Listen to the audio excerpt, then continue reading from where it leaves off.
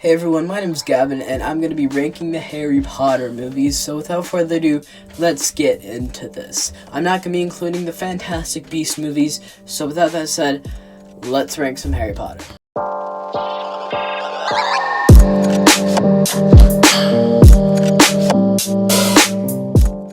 Honestly, this is the one that I consider close to bad. Maybe I wouldn't consider it bad, but the thing is, there's just not that much here that I really absolutely love that you'll see with a lot of the phenomenal films in this franchise. It adds the least, in my opinion, to the franchise, which is kind of shocking considering the fact that it's the one that's right next to the Deathly Hallows movies, and I mean, yeah, Dumbledore dies in this one, spoiler alert, I guess. I'll put a spoiler warning, and you could skip there. But the thing is, it's just that this one doesn't have much value to me. There isn't much things that hook me at all. And yeah, there's some great visuals, and yeah, there's some things here and there that I like, but it just doesn't add that much to the franchise at all.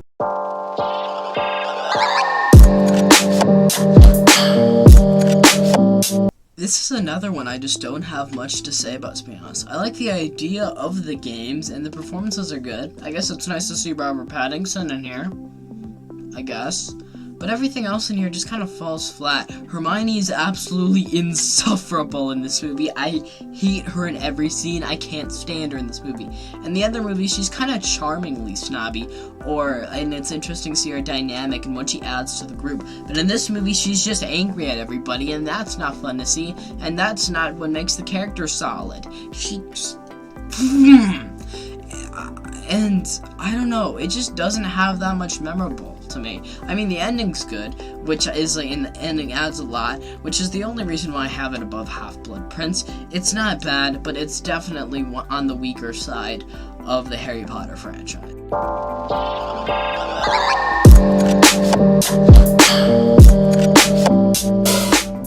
Yeah, this works a lot more as a Harry Potter movie than just a standalone film, because with it sets up a lot of stuff to get to the conclusion, and for that it works. This used to be my least favorite of the franchise and the only one I actually consider bad, but after rewatching it, I'd consider it a solid movie. And yeah, it's not great at all, but I think as a movie that sets up the franchise and that sets up to the big phenomenal finale, it does a pretty good job at that. Is it a great movie? No. But do I consider it a decent enough Harry Potter movie? Yeah.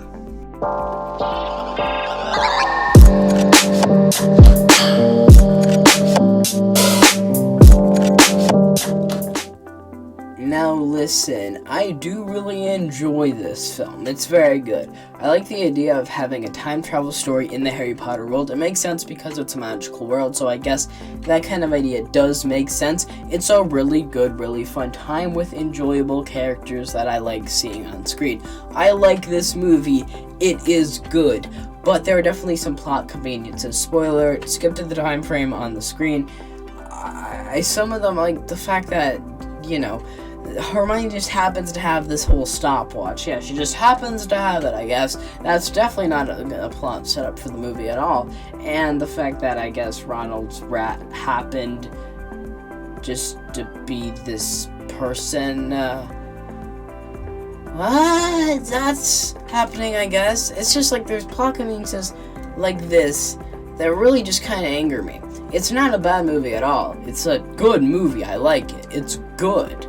But I really love the other ones a lot more, and I think there's better movies in this franchise.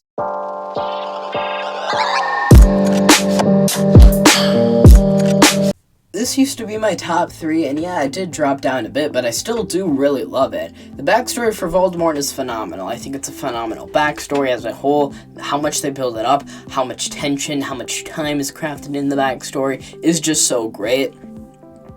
I didn't find Dobby very funny when I was younger, but now that I've developed a lot more of a darker sense of humor, I think he's absolutely hilarious in this movie. And another thing that works so well is some of the introductions to some of the characters, such as Draco Malfoy's father and, you know, Dobby, and characters like that weren't in the first movie but are introduced in this and are introduced pretty nicely. It expands on the story, expands on the world, which I really love. It's what a great sequel should do. it was supposed to be apparently to be the shortest book, and they made it the longest movie, which I don't think they shouldn't have done at all in this film, but, and it does, you can kind of feel that sometimes, but yeah, it's still a great movie, and one of my favorites of the franchise.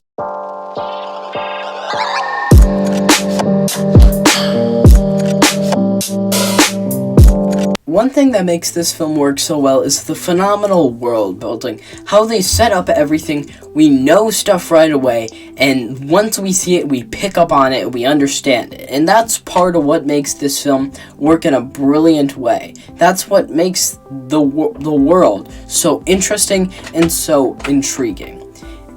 Harry Potter is a great character. I've heard some people complain about the child acting, which I do not understand at all. I think they're actually really good for kid actors. And, yeah, it just works in those two things. The kid actors are very good, especially for kids. And the world building is really great. But I think with this film, my issues lie with the CGI, which it doesn't hold up very well, but besides that, it's a really great Harry Potter movie, and a great introduction to this great franchise.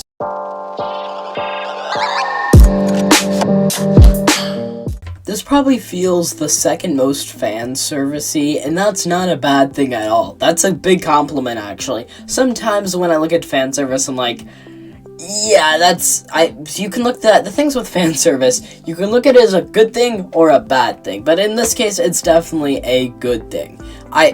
It's great to see Harry Potter in a leadership role, and I think just seeing him in that type of role is something we normally never see him in, and it's great to see him in it because it makes sense and it's fitting for his character.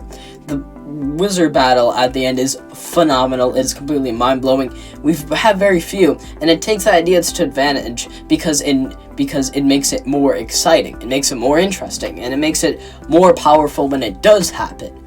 It's a movie that gives the fans of the Harry Potter franchise what they want, and it feels like the director really cared about that and really did that in such a great way.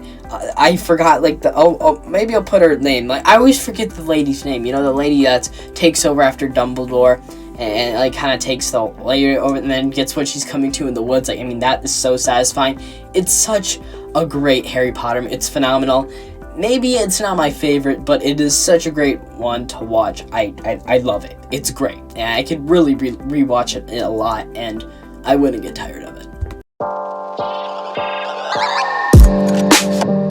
Now, I'm not a big fan of Endgame, as you probably know, but if I could describe a movie that I describe as my Endgame, I'd either say this or Return to the King. This film is absolutely phenomenal and gives me everything I want. I haven't read the books, but I still really love the movies, and just seeing this conclusion happen for these characters I have absolutely adored. I've watched since I was a little kid, since I was maybe 8 years old, and then watching it and seeing it end like this was just amazing to me, satisfying, and I absolutely dug every moment of it. The visuals are phenomenal, the wizard battles, the character arcs, the relationships that we knew were gonna happen, and then seeing them pay off is just amazing and satisfying, and I'm just in my head saying yes, yes, yes to every little moment. This was amazing franchise. It took everything that was set up and then ended it brilliantly and perfectly. This is a perfect final. This is a perfect payoff. This is a perfect ending to a franchise. It's not a perfect movie, but it's a perfect ending. There's a difference, as in the fact that it ended all of its character arcs flawlessly. That doesn't mean the movie's perfect, that doesn't mean there aren't issues, but that means that it's a perfect conclusion and a perfect payoff to this phenomenal franchise. This is up for debate as my favorite franchise. I will forever love it. It will be forever cherished to my heart. I want to read the books. Eventually, I want to go ahead and read them because I have loved these movies so much. Even the ones that aren't that great, I still kind of enjoy. This movie is phenomenal, and I love this franchise so much.